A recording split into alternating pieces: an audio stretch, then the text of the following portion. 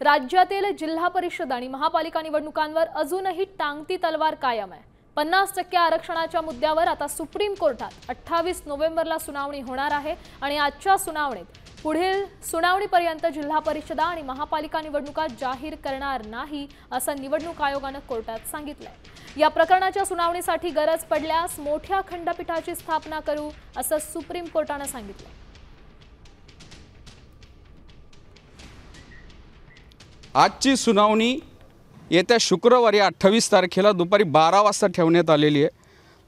ज्या निवडणुकांचा कार्यक्रम जाहीर झालेला आहे त्या संदर्भामध्ये कोर्टाचा अशी मनस्थिती दिसली की जरी निवडणुका त्या झाल्या तरी पण final outcome of that petition म्हणजे याच्या अंतिम निकालाच्या अधीन राहून पण तो निर्णय होऊ शकतो।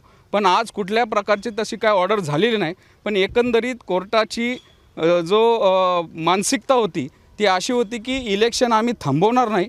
आज जी काही तारीख पडली या तारखेचा सगळ्यात मोठा परिणाम जर कोणावर असेल तर तो राज्यामध्ये निवडणूक लढवणाऱ्या स्थानिक स्वराज्य संस्थांमध्ये ज्या काही लोकांची निवडणूक प्रक्रिया सुरू आहे, ज्यांनी अर्ज भरले, ज्यांचा प्रचार सुरू झालेला आहे, त्यांचा खऱ्या अर्थानं जीव टांगणी लागलेला आहे। एकंदरीत राज्य निवडणूक आयोग भूमिका घेते, राज्य सरकार काय भूमिका घेते आणि कोर्ट काय निर्णय देते, ह्याची सगळ्यात मोठी अडचण जर आजच्या घडीला कोणाला असेल तर ते निवडणूक लढवणाऱ्या आमच्या सदस्यांना आहे।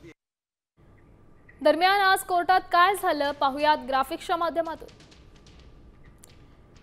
बाढी आयोगाच्या आधीच्या परिस्थितीत ओबीसीला आरक्षण नव्हतं।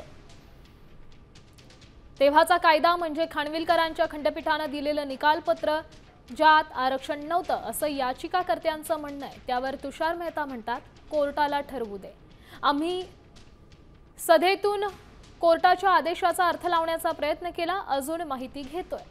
एका दिवसानंतर सुनावणी ठेवता येईल का? नगरपंचायत, जिल्हा परिषदा, मनपा निवडणुका आहेत। त्यावर इंदिरा जयसिंग म्हणतात आधीच निवडणुका जाहीर आहेत, अर्ज भरून झालेत। 40% नगर परिषदेत, 50% आरक्षण उल्लंघन झालंय। आज आम्ही कुठलंही मत मांडत नाही असं कोर्टाने म्हटलंय।